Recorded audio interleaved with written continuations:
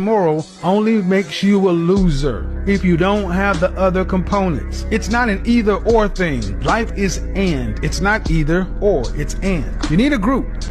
Stop being a lone wolf. You stop trying to be a lone wolf. And this is the problem. This is why so many of you will never raise your value. You're trying to do it on your own. You're trying to be Tesla, and you need to be Edison. You need to get a group. People like you, people want to do stuff.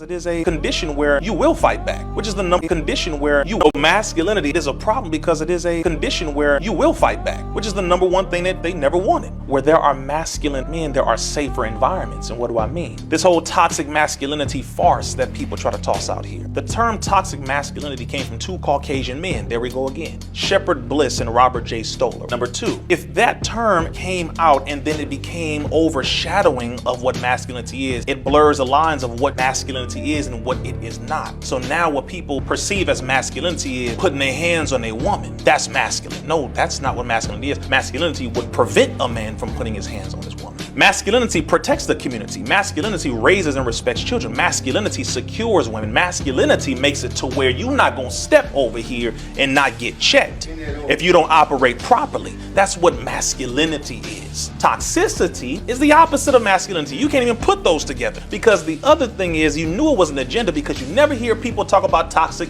femininity. But it's always toxic masculinity. Why? Because the agenda is to make the man weak, because if you have weak men, you have women who are not going to be able to be protected. So if they don't have their security, we'll be able to take control of them. It is the same tactic in a new package in this generation, where they are looking at make sure we are able to destroy them slowly but surely, and make sure they don't have any men to protect them. Even though women can protect themselves, they shouldn't have to.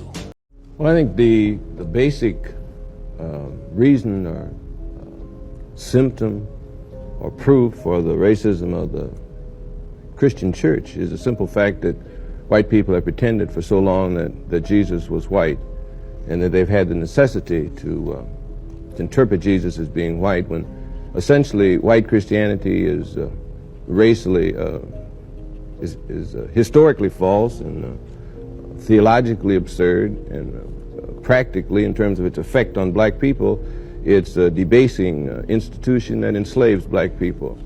I think we have to understand, though, that we're not making moral judgments here. Any institution that exists in any society exists to serve the interests of the people who set it up.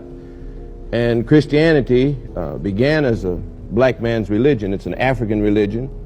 We have to remember that Israel went into Egypt with 70 people, and after approximately 750 years came out with over 2 million people, and hordes of other slaves who came out and became also part of the emerging new nation of Israel.